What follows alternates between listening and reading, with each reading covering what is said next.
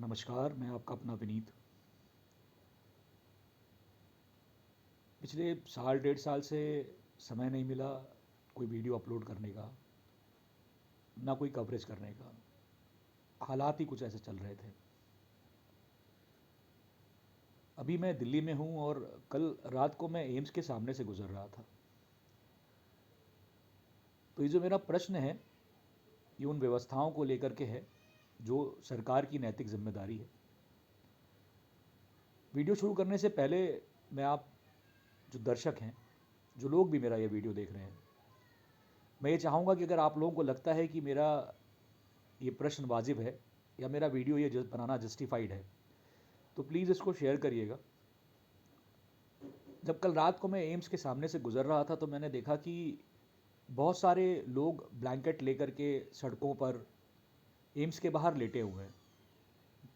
तो ऐसे ही मैंने पूछा एक व्यक्ति से कि भाई साहब, आप लोग यहाँ कहाँ क्यों लेटे हुए हैं? तो उन्होंने कहा कि भैया, अंदर जो व्यवस्था सरकार ने कर रखी है, क्योंकि वार्ड के अंदर जनरली रुकने नहीं देते हैं। उसमें बहुत से लोग ऐसे थे जो डेट्स लेने आए थे, तो रात में 1-2 बजे से वो लाइन लगा लेते हैं। जो लोग बाहर के प्रदेशों से आए थे, तो हमारे पास ना तो इतने पैसे हैं कि कहीं हम कमरा लेकर के होटल का रुक सकें, तो हम लोग बस यहीं पर लेट जाते हैं। और रोज़ न जाने कितने लोग आते हैं, शायद हज़ारों या लाखों की संख्या में। तो प्रश्न ये है कि सरकारें चाहे भाजपा की हों, कांग्रेस की हों, विकास की चर्चा आए दिन करते रहते हैं, लेकिन सबसे बड़ा प्रश्न ये है कि विकास कैसा विकास? सड़क बनाने का विकास, किसी बिल्डिंग को खड़ा कर देने का विकास, या फिर सरकारें इसलिए चुनी जाती हैं कि वो लोगों को, जो आम जनता है, जो वोटर है, उसको वो मूलभूत सुविधाएं दे सकें जिसकी वो हकदार है। आप हज़ारों किलोमीटर की सड़कें बनाइए, लेकिन अगर अगर आप ये जो एम्स के बाहर लोग बैठे हैं ना, ये जो एसजीपीआई के बाहर लोग इलाज कराने आते हैं, और वो देखिएगा जाकर के, लिटरली वो लोग ज़मीन पर चादर बिछा करके इस ठंड की रातों में भी कंबल ओढ़ करके लेटते हैं।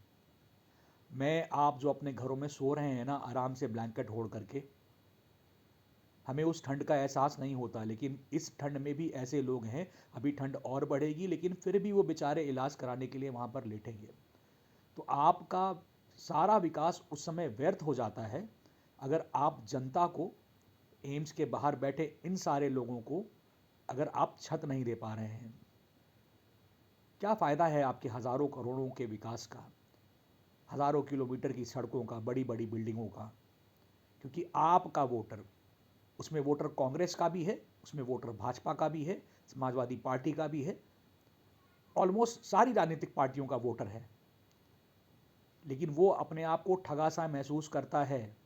सरकारें आती हैं जाती हैं, कल कांग्रेस की थी, आज भाजपा की है। आपने जो अच्छे काम करे उसके लिए आपका बहुत बहुत धन्यवाद, लेकिन बेसिक नीड्स, कम से कम इन लोगों के सर पर छत दीजिए, इनके रुकने की व्यवस्था कराइए। अगर नहीं हो सकता है तो बंद कर दीजिए, रात में नंबर ना लगाएं लोग, ऑनलाइन सिस्टम्स चालू करिए।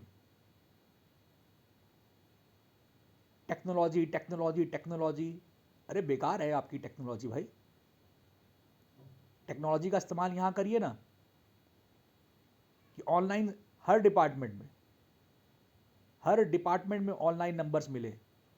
जितने पेशेंट्स आप देखते हैं इमरजेंसी के लिए, अलग से टोकन्स दीजिए।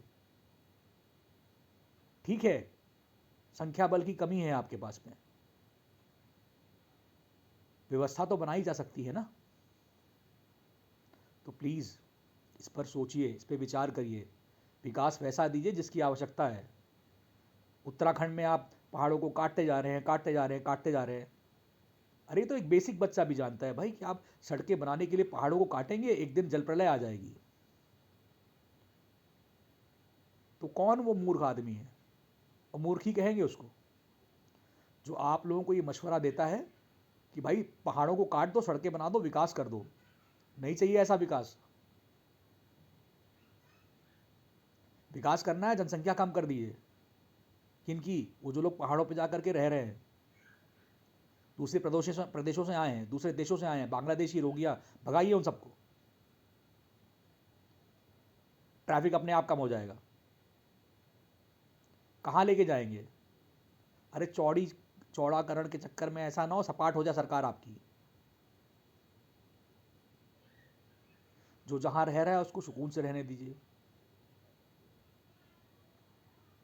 सिर्फ ये चिल्लाना विकास हुआ है, हाँ हुआ है, इसमें कोई दो राय नहीं है। कुछ अच्छे काम हुए हैं तो उसके लिए बहुत बहुत धन्यवाद। लेकिन अगर आपको जनता ने चुना है और मूलभूत आवश्यकताओं की बात होती है तो वो आपकी नैतिक जिम्मेदारी है, उनको पूर्ण करिए। बस इतना ही कहना था। हो सकता है शायद समझ में आए बात आप लोगों को।